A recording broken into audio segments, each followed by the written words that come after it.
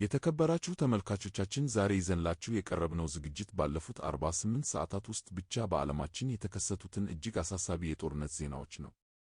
ይህ ዝግጅት መረጃዎችን ብቻ ሳይሆን ከግጭቶቹ ጀርባ ያሉትን የታሪክ ዳራዎች እና በጥይትና በሚሳኤል ድምፅ ውስጥ የሚኖሩ ንጹሐን ዜጎችን ሰዋዊ ስሜት በጥልቀት ይዳስሳል። ዓለማችን በአሁኑ ሰዓት በከፍተኛ የውጥረት ማዕበል ውስጥ ትገኛለች። ከመካከለኛው ምስራቅ እስከ ምስራቅ አውሮፓ፣ ከአፍሪካ ቀንድ እስከ ደቡብ ምስራቅ እስያ ድረስ ያለው ምድር በሰላም እጦት እየታመሰ ይገኛል። በመካከለኛው ምስራቅ የተከፈተው የታሪክ አዲስ ምዕራፍ የኢራንና የእስራኤል ጦርነት። ባለፉት 48 ሰዓታት ውስጥ በመካከለኛው ምስራቅ የታየው ክስተት የቀጠናውን ካርታ ለዘለቂታው ሊቀይር የሚችል ነው። አሜሪካና እስራኤል በኢራን ላይ የከፈቱት የመከላከያ እርምጃ ተብሎ የሚጠራው ጥቃት ወደ 5ኛ ቀኑ ተሻግሯል። በትላንትናው ዕለት በቴህራን ከተማ መሃል የሚገኙ የኢራን አብዮታዊ ዘበኛ ዕዝ ማዕከላት በከባድ የአየር ድብደባ ወድመዋል። ይህ ጥቃት በኢራን ታሪክ ውስጥ ታይቶ የማይታወቅ የደህንነት ክፍተት መፈጠሩን ያሳያል።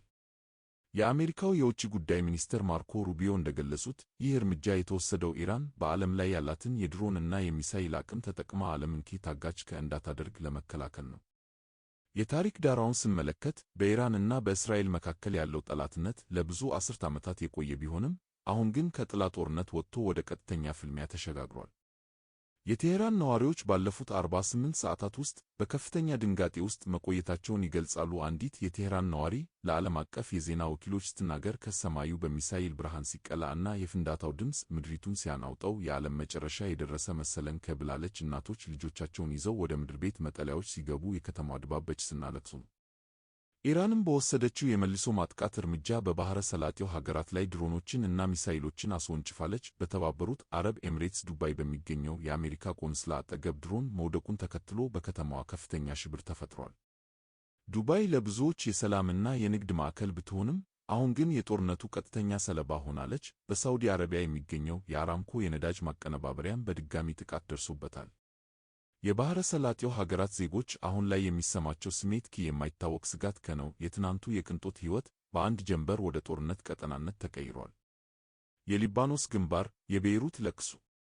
በሊባኖስ በኩል ያለው ግንባር ባለፉት 48 ሰዓታት ውስጥ እጅግ ደም አፋሳሽ ሆኗል። እስራኤል በደቡባዊ ሊባኖስ ብቻ ሳይሆን እስከ ቤይሩት ድረስ የአየር ድብደባዋን አስፋፍታለች። ሂዝቦላህም በበኩሉ ወደ እስራኤል ሰሜናዊ ከተሞች ሮኬቶችን እየተኮሰ ይገኛል። በሊባኖስ የታሪክ ዳራ ውስጥ ሀገሪቱ ለብዙ ዓመታት የእርስ በርስ ጦርነትና የእስራኤል ወረራ ሰለባ ሆና ቆይታለች። አሁን ያለው ትውልድ ዳግም ያንን አሰቃቂ ታሪክ እየደገመው ነው። በቤይሩት ሆስፒታሎች ውስጥ ያለው ሁኔታ የሚዘገን ነው። በቆሰሉ ሰዎች ብዛት ምክንያት የሕክምና ባለሙያዎች አቅማቸው ተሟጧል። አንዲት ነርስ ስትናገር የሚመጡት ታካሚዎች አብዛኞቹ ሕፃናት ናቸው። ቤታቸው በድንገት ሲፈርስባቸው ምን እንደተፈጠረ እንኳን የማያውቁ ሕፃናት። አይኖቻቸው ውስጥ ያለው ፍርሃት የሁላችንንም ልብ ይሰብራል ብላለች። ሊባኖሳውያን አሁን ላይ የሚሰማቸው ስሜት የመተው ስሜት ነው። ዓለም አቀፉ ማኅበረሰብ ሊታደጋቸው እንዳልቻለ ይሰማቸዋል። የዩክሬን እና ሩሲያ ጦርነት፣ የድሮኖች ግጥሚያ። ወደ ምስራቅ አውሮፓ ስንሻገር የዩክሬንና የሩሲያ ጦርነት ባለፉት 48 ሰዓታት ውስጥ ወደ አዲስ የድሮን ጦርነት ተሸጋግሯል። ሩሲያ በዩክሬን ክሪቪ ሪህ ከተማ ላይ በመቶዎች የሚቆጠሩ የሻሄድ ድሮኖችን በመልቀቅ መጠነ ሰፊ ውድመት አድርሳለች። የከተማዋ መብራትና ውሃ ተቋርጧል። ዩክሬናውያን ባለፉት 4 ዓመታት ለጦርነት የለመዱ ቢመስሉም አሁን ያለው ጥቃት ግን እጅግ አድካሚ ሆኖባቸዋል።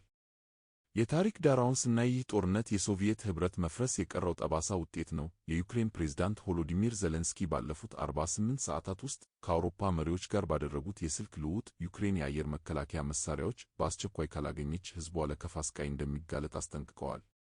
በክሪቪ ሪህ የሚኖሩ አረጋውያን ዳግም በጨለማ እና በብርድ ውስጥ መኖር የማይቻል ሆኗል በማለት ምሬታቸውን ይገልጻሉ።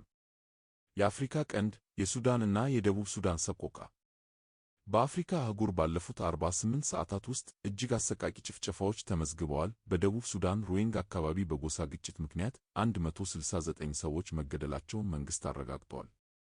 ከተገደሉት መካከል 82ቱ ንጹሐን ዜጎች ሕፃናት እና አረጋውያን ናቸው። የታሪክ ዳራውን ስንመለከት ደቡብ ሱዳን ከ2011 ነፃነቷ በኋላ በጎሳ ግጭትና በሥልጣን ሽኩቻ ስታመስ ቆይታለች። የተጎጂ ቤተሰቦች ስሜት እጅግ አሳዛኝ ነው። አንድ ልጆቹን ያጣ አባት ከሰላም ይመጣል ብለን ጠብቀን ነበር፣ ነገር ግን ሰላም ለእኛ የቅንጦት ሆነብን። ጠዋት አብረን ቁርስ የበላናቸው ልጆቻችን ማታ አስከሬናቸውን ስንሰበስብ ምን ይሰማናል? በማለት በከፍተኛ ሐዘን ተናግሯል። በሱዳንም ቢሆን የእርስ በርስ ጦርነቱ ቀጥሏል። የሱዳን መንግሥት ኢትዮጵያን በድሮን ጥቃት መክሰሱ በቀጠናው ሀገራት መካከል ያለውን ጥርጣሬ አሳድጎታል።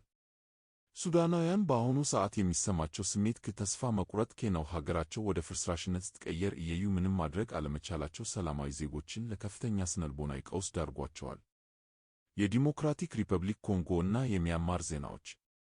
በኮንጎ ምስራቃዊ ክፍል የኤም23 አማጽያን በሩዋንዳ ድጋፍ እየታገዙ መሆኑን ተከትሎ አሜሪካ በሩዋንዳ ወታደራዊ አመራሮች ላይ ማዕቀብ ጥላለች። የታሪክ ዳራው የሚያሳየው ይህ አካባቢ ከ1994ቱ የሩዋንዳ የዘር ማጥፋት ጀምሮ ሰላም አጥቶ መቆየቱን ነው። የኮንጎ ዜጎች የማያልቅ ጦርነት ሰለባዎች ከመሆናቸውን ይሰማቸዋል። በሚያንማርም ወታደራዊ ጁንታው በአየር ድብደባ ንጹሐንን መግደሉን ቀጥሏል። በሚሊዮን የሚቆጠሩ ዜጎች በገዛ ሀገራቸው ስደተኛ ሆነዋል። የሚያንማር ወጣቶች ስሜት ከቁጣና ተቃውሞ ነው። ለዲሞክራሲ ብለው የከፈሉት መስዋዕትነት በወታደራዊ ኃይል እየተቀጨ መሆኑ ከፍተኛ ብስጭት ፈጥሮባቸዋል። ተመልካቾቻችን ባለፉት 48 ሰዓታት ውስጥ በዓለማችን የታዩት እነዚህ ክስተቶች የሚያሳዩት አንድ ሀቅ አለ። ጦርነት የትም ይሁን የት ሰለባው የሰው ልጅ ነው። የሚፈሰው ደም ቀለም አንድ ነው፣ ለቅሶውም ተመሳሳይ ነው። የታሪክ ዳራዎቹ እንደሚነግሩን ግጭቶች የሚጀምሩት በስልጣንና በጥቅም ሽኩቻ ቢሆንም ዋጋውን ግን የሚከፍሉት ምንም የማያውቁ ንጹሐን ዜጎች ናቸው። እኛም ይህንን መረጃ ስናቀርብላችሁ በዓለማችን ላይ ሰላም እንዲሰፍን ያለንን ምኞት እየገለጽን ነው። መረጃዎቻችንን እና ዝርዝር ትንታኔዎቻችንን በተከታታይ ይዘንላችሁ እንቀርባለን። ቻናላችንን ሰብስክራይብ በማድረግ እና ቪዲዮውን ለሌሎች በማጋራት አብረውን ይሁኑ። ሰላም ለዓለማችን ይሁን።